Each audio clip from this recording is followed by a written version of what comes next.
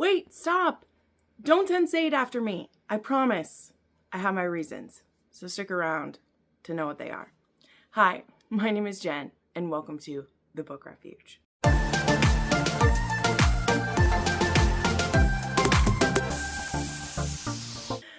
All right. But seriously, I have just had all these thoughts bubbling up inside of me in the past few days since the possibility of the Haunting/Hunting ADELINE film has been announced.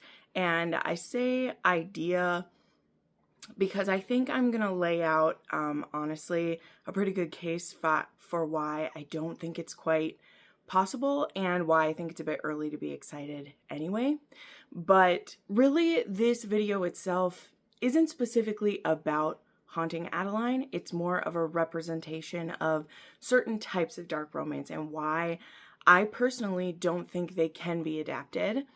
Take this with the largest grain of salt for your margarita. I don't think a lot of romance books should be adapted to begin with. I've talked about this multiple times now because I don't think that Hollywood and the people doing the adaptation are taking the correct things into account, okay? I really, truly, I'm saying it again, wow, we're barely a minute into the video, that Heated Rivalry is really only one of the few ever adaptations I think successfully got both, the plot and the romance put into on screen. Outlander being one for the most part, some Jane Austens being ones as well that I really like. But in the most part, anytime they take a romance tale that I love and try to adapt it for the screen, I think they do a bad job. And I get much more apprehensive/defensive when they try to do it with dark romance, because that's the other thing coming at this. I've seen a lot of people's opinions who are outside of dark romance and they start to hear what topics are handled in some dark romance and they immediately start, I don't even think kink shaming is a fair word to say, because it isn't always kink that makes a romance dark. And I think I am a fair representation to discuss why I think these adaptations aren't possible without shaming the people who want to see them, okay? Because I will, near the end of this video, also talk about ones that I think could make good adaptations, but I don't think that they will. I'm just saying ones that I think could make good adaptations, because to me, there's two distinct tracks, and the few dark romances so far that have been announced, and I'll reference those in a moment, that I think will be possible, they definitely fit on the one track. Haunting ADELINE to me is pretty distinctly on the other track. So yeah, this is going to be my discussion of this I'm not saying it's going to be brief. You'll see when you see how long the video is, but this isn't going to be a 2-hour long video mostly because I have a time crunch today, but I wanted to get these thoughts out before I go on a little mini vacation, because otherwise the thoughts are going to sit and fester while I want to be having a fun time with my girls trip. And I've already talked with a few of my friends in DMs, and I was like, I'm going to make a video about this, because I was already seeing so many people. And again, I'm not on TikTok, so I only see the reels that get pointed to me. And there was all these people being excited about it, which I'll admit I myself am not excited about it. And again, I'll get into why. I think it is not going to go well, but I don't think that's because people shouldn't like what the content is about.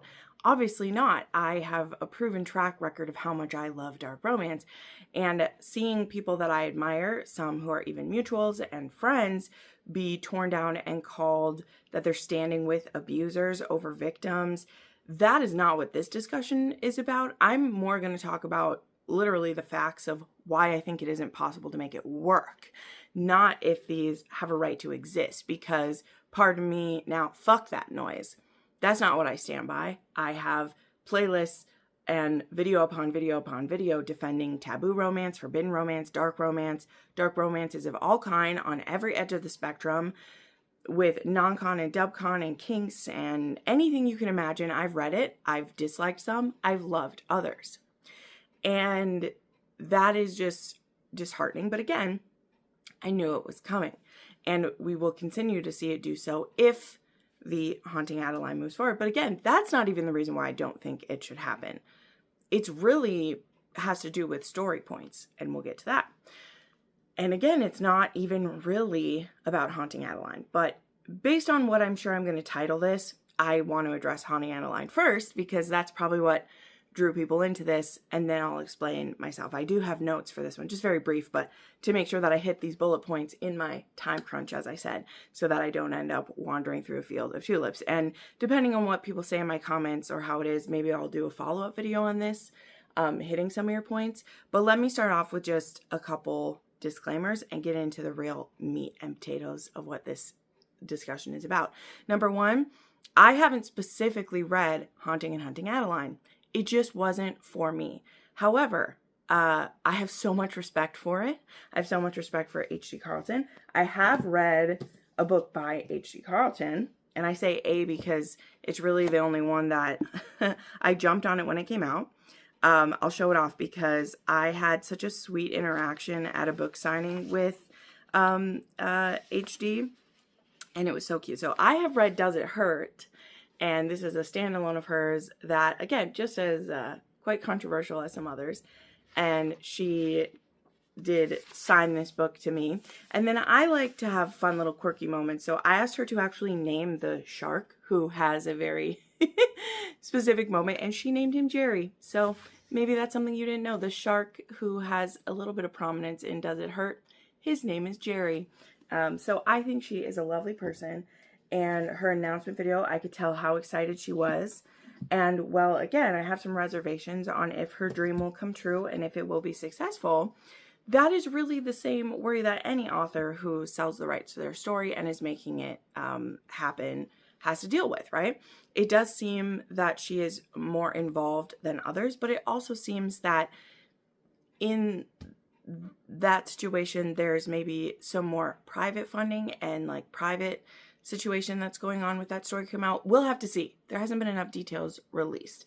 But in the case of some other romance adaptations, usually there's a bit more information that's shared for how far along HD is seeming to say they are in this process. Like, she was throwing words around like they would be filming this October and things like that. Again, I don't know if that's changed or what's going on. I just watched part of her video, and then I was more so focused on people's responses. Again, that is what this is going to be about.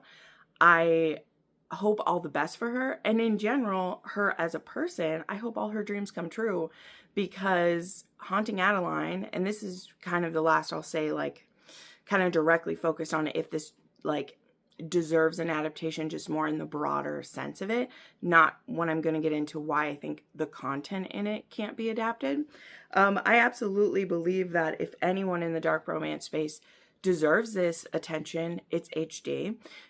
Because she revitalized the dark romance subgenre in a lot of ways, okay? You can disagree and you can not like her stuff. Again, I've only read one thing from her. I tried Haunting Adeline 3 different times. I've had multiple friends who've tried it as well. It's just not my brand of dark romance anymore. Definitely was when I first got into dark romance, which is why I understand so many people who still hold it so close and love it. And despite its flaws, they're obsessed with Zaid Meadows. They're obsessed with Addie. Like, they're connected. And I think that is beautiful.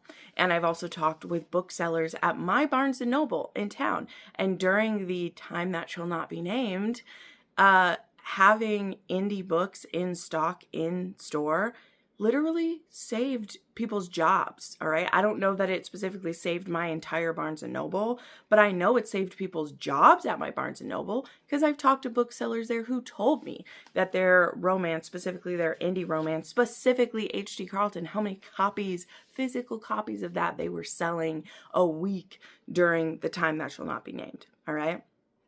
And that cannot be ignored, no matter how much people want to diss it, want to say that it means something awful about women and men who read it. Whatever, I don't want to hear it. Again, I stand 10 toes down for romance, dark romance, all of those things. I have made that a big part of my life here on YouTube. So none of what I'm going to discuss and break down is any slight to the property itself. I'm just going to talk why I don't think this type of dark romance can or should be adapted. And the should is even tricky because I feel icky even saying the should, but I'm going to explain myself.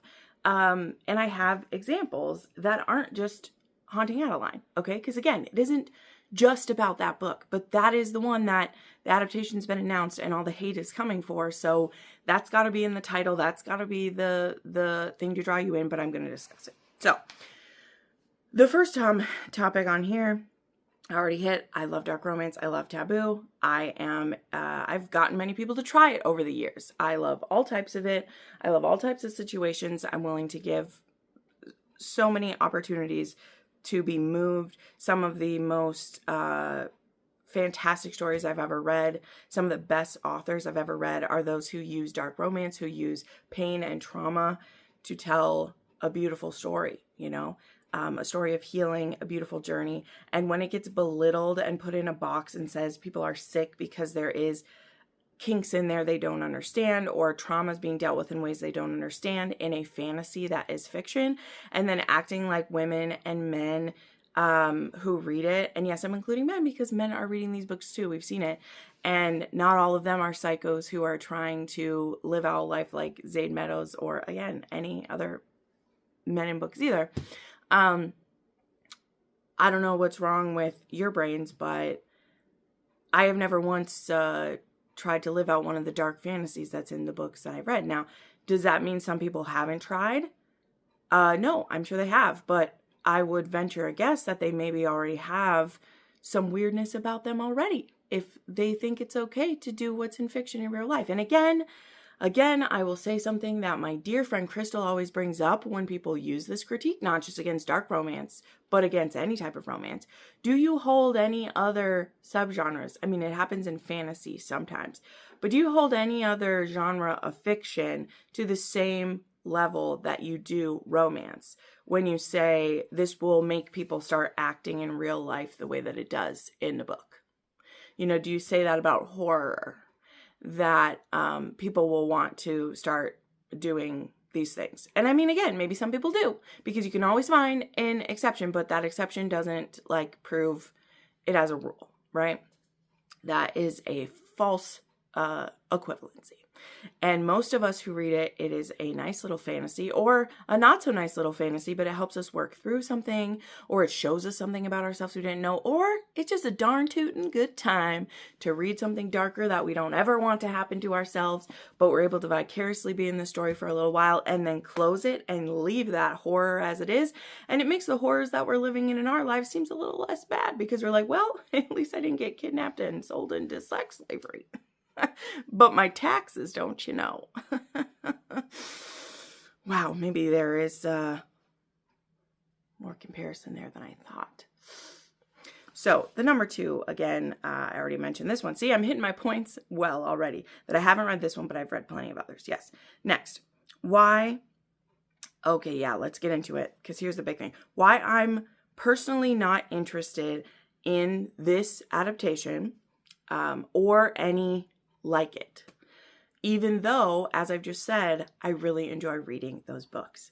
This is where we get to the point where, to me, there are kind of 2 distinct tracks within dark romance: the adaptable and the unadaptable, as I'm going to say, or more so the ones that have really uncomfortable sexual situations and that are vital to the plot, and ones that the fun, sexy, kinky stuff just goes along with the plot, and you could tone it down or move it around or add it around as you wanted, but the emotional part of the plot, the part that makes it like kind of dark and everything, you don't have to have sex in it. Of course, as a romance adaptation, we would want it to, but if they didn't have someone being cut, or trying to think of ones to use, but whatever. If we didn't have the full-on kinky sex, simulated sex scenes, because that's what it would be in a movie, it would be a simulated scene, it could still feel like a dark romance that give us the feelings, right? There's kind of 2 different tracks. So why I think stories like Haunting Adeline can't be done is a lot for the internal part of the story.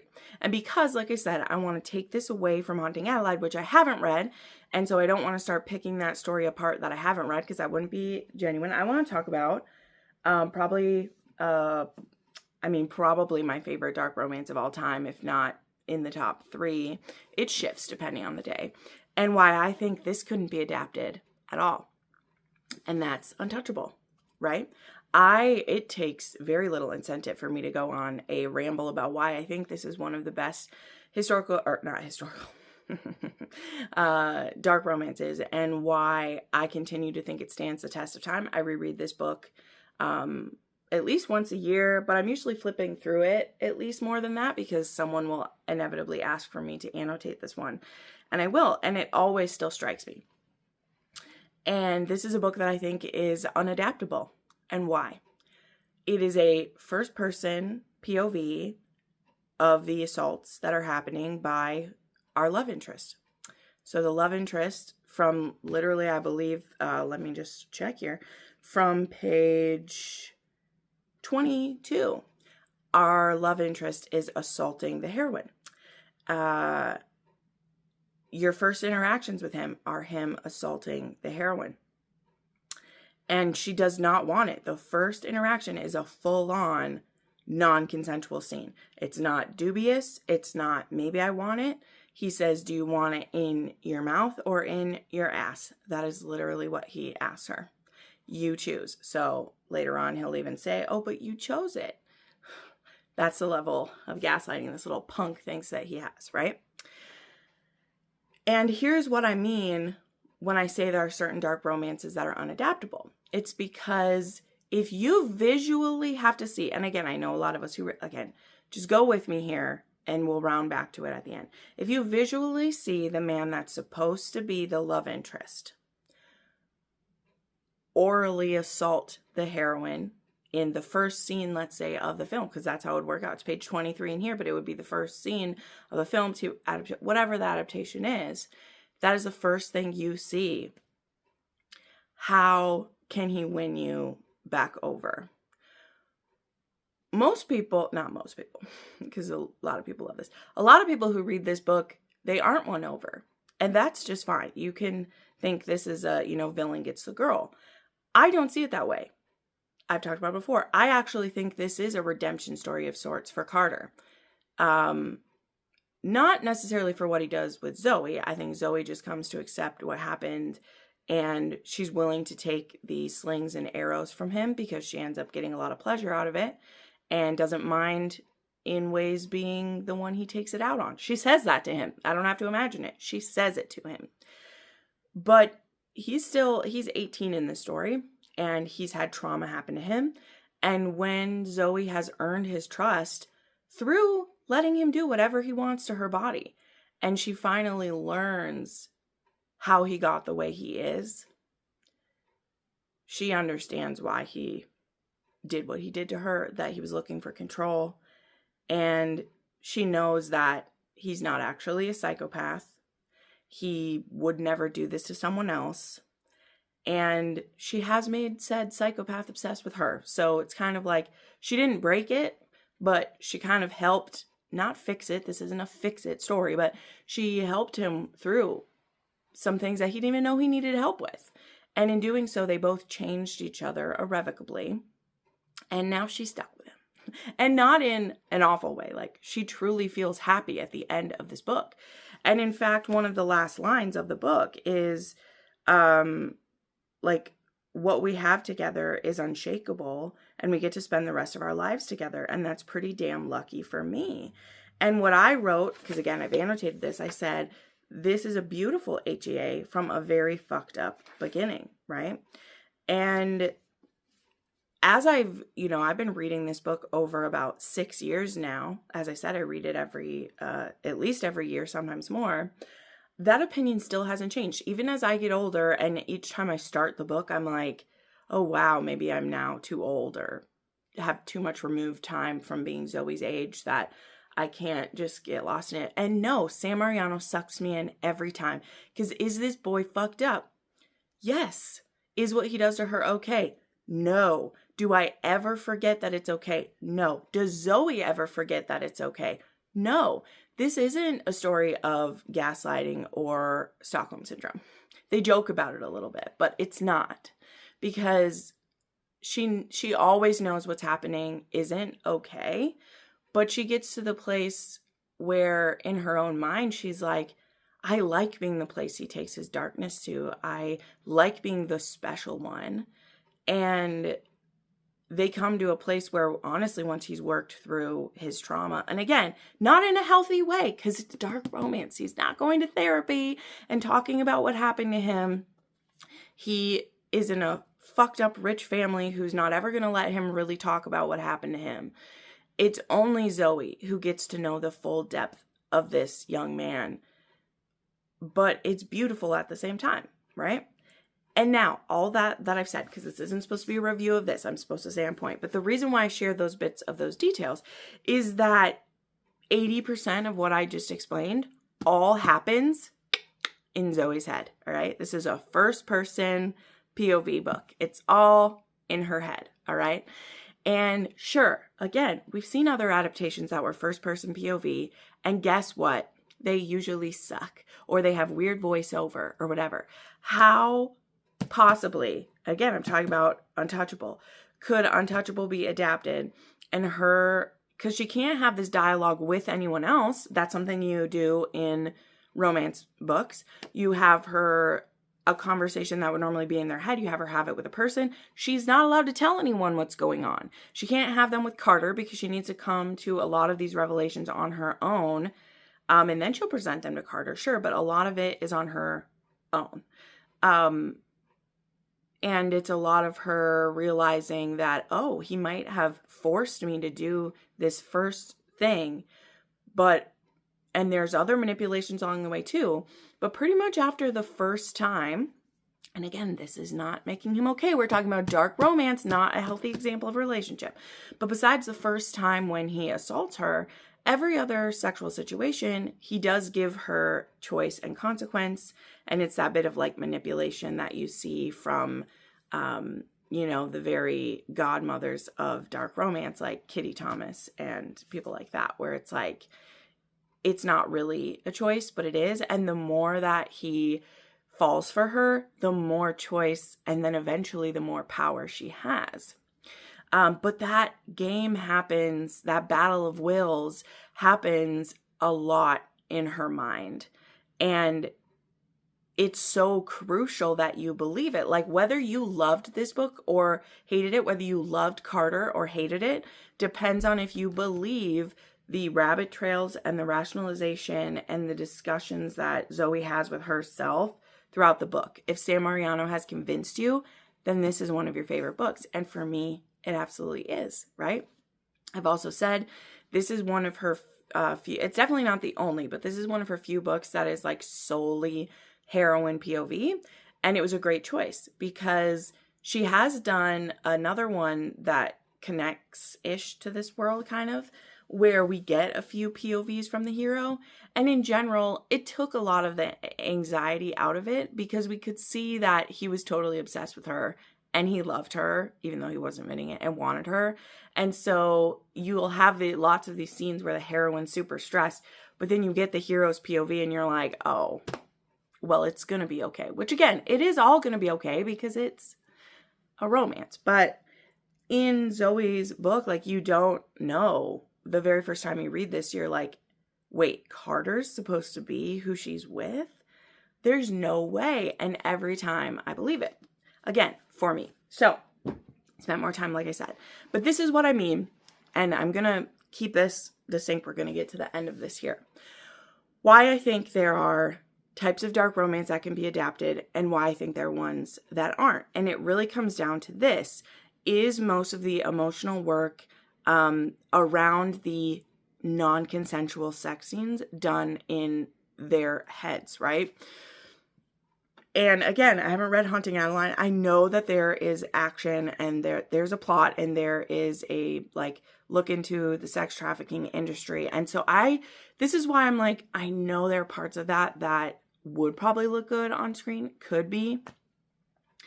But also what does make dark romance so good is how it's a lot of emotional work done in the sex scenes as well. In Untouchable, that is when Zoe actually does gain trust of Carter, being willing to submit to him in the bedroom, giving over control to him. They have full-on deep conversations while he's debating whether to take her virginity or not in bed. Like, you can do that scene. From what I've heard of the Hunting Adeline one, there's a lot of kinky stuff going down. There's a lot of ways that the heroine's trying to deal with her trauma that involve a lot of kinks. And this is the other piece where it makes me very worried if the sex is such a huge part of the healing journey. Otherwise, it could make it feel flat. Because, again, when we're dealing with real people who have to simulate the sex, it's tough to find actors who will want to simulate that type of situation. It just is. It's tough enough to find people who will want to simulate consensual ones.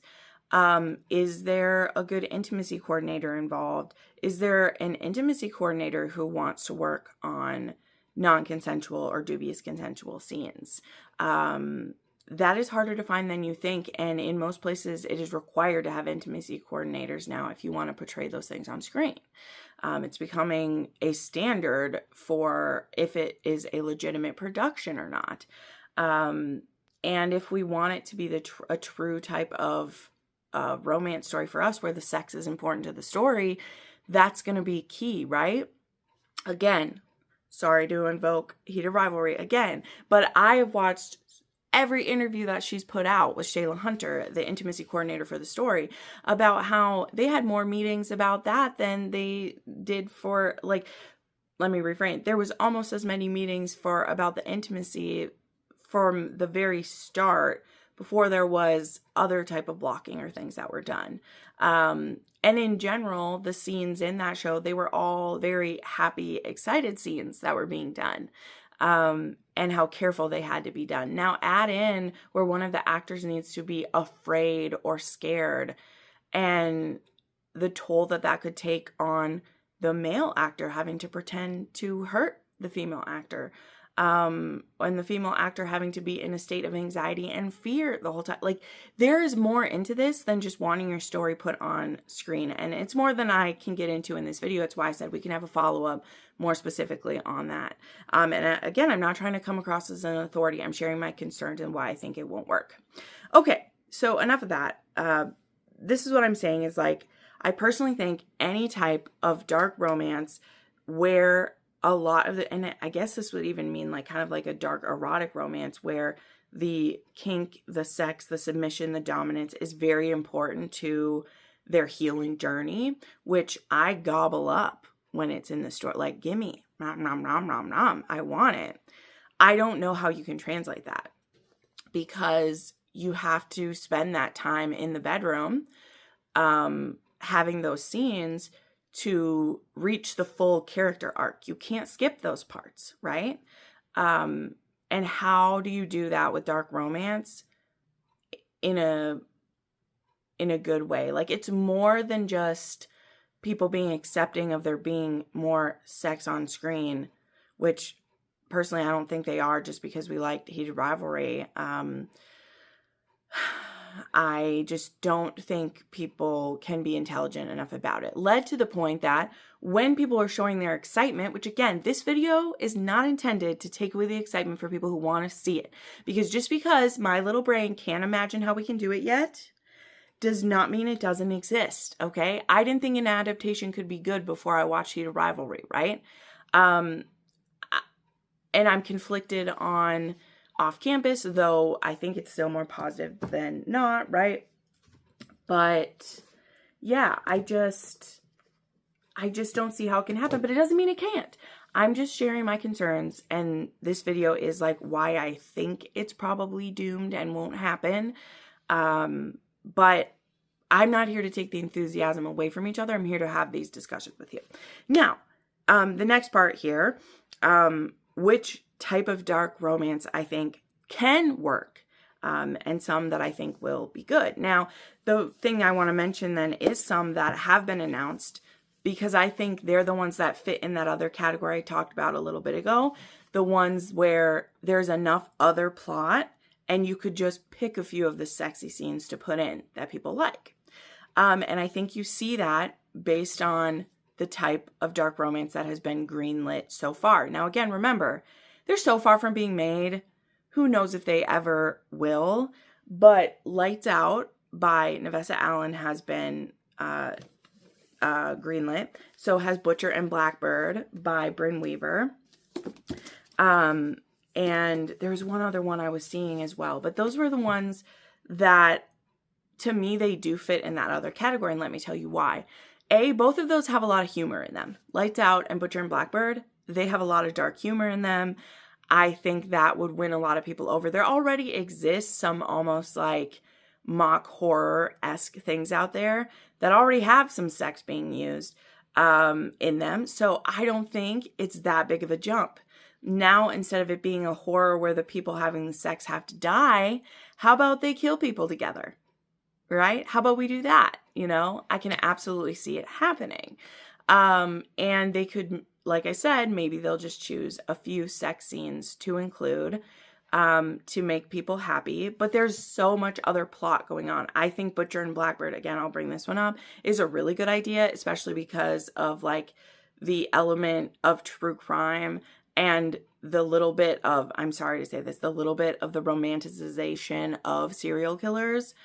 That is kind of what inspired that series anyway. So to me, that at least being greenlit, again, who knows when it's coming for sure. I'm a huge skeptic of whenever something gets sold. I'm more happy the author is getting the money for the possibility. Who's to say if it's actually happening or not? That's a whole other step. There's so many things. We're so many years away from any actually happening. And again, that's another check in the column why I'm like, what is happening with Haunting Adeline? It cannot be happening as fast as they think it is and be legit. But that's a whole nother discussion. I'm sorry. I'm keeping it focused here. So I think those are good examples of ones that have been greenlit that prove my point of like that type of dark romance where there's a lot of other plot that you can have in there and it could still possibly bring in other readers to it. Because I could see some guys and gals enjoying Butcher and Blackbird because there are parts of that are fun. It has a snappy opening. I can even, like when I read/listened to Butcher and Blackbird, it felt cinematic to me, right? So I absolutely see why they did. Lights Out, I'm a little more not sure on that one, if that would work, because, well, that one still has some fun overall plot. It makes me nervous. Now, some others that I've thought about just to throw out there, though I don't know if they would, because even as I thought about it, the sex is so important to me, but it always is to me.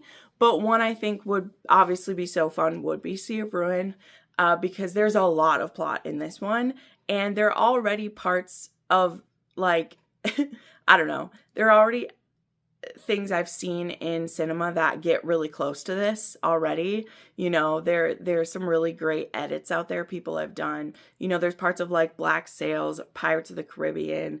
There's another one that's popping in my head that just went away. So I don't think this is impossible. The thing for me where I'm like, ooh, I want it to be there is, of course, the wrong hole scene. And if you know, you know. But they could film that because you don't have to see that happening. She even says it out loud that it's happening. So I think this would be amazing. Do I think that they would put the money needed to make a historically accurate dark romance that ends in a throuple? I don't know. But also, there's only one actual throuple scene on, otherwise all the rest is kind of just alluded to. And again, if you've seen Black Sails, you know that a lot of the scenarios in here that seem the riskiest, they've already put on a screen before. I just don't know that it would happen. But that type of story, like I said, where there's a lot of other plot that can go with it, you can just then, make it NC-17 and add in a couple of those sex scenes, right? I think that pretty much any Mafia series that would get sold could have that. A mafia drama would be amazing. It could feel, as I've said, mafia can feel very historical. Someone needs to make the mafia version of Bridgerton. Okay, I don't know which series it could be, but do it. And yes, I do know that Cora Riley's got sold to that one, like, vertical thing, and we're not going to talk about it, okay? I'm not watching that. I'm not going to talk about it. I feel weird about authors selling their stuff to that type of content, but whatever. We'll make a different video about that someday. So to me, that's the type of dark romance that can be adapted, is the type with lots of other plot going on. And then they can put in as much intimacy in it as we can stand. But in general, to me, that's where it diverges, is the ones where consensual, non-consent, dubious consent, rape fantasies are very important to the plot. I don't know how those can be adapted. Again, my final point is, but the trolls can fuck off. Anyone making someone feel bad who's excited that there be an adaptation, I don't have any oxygen in the room for them. I just don't. You can leave. If you don't think this should be made, don't watch it. But my reasons for why it shouldn't be made aren't because I think it will corrupt any minds or that it is disrespecting victims of sexual assault. Like, come off it. There's so much out there that is more disrespectful to that than a story that would be about healing and finding someone who loves you in an unconventional way. Then, oh my God, I just can't. But I've been fighting against that noise the entire time I've been making dark romance stuff. And so, of course, when people were making videos being excited about it, the haters were going to come out. That's just inevitable.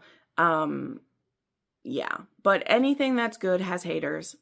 And this is just me not being a hater, just trying to be realistic and also share my genuine concern about a certain sect of dark romance that I deeply love, but I don't think is adaptable. And I don't think you should, because there are just some emotional journeys in romance that are very personal.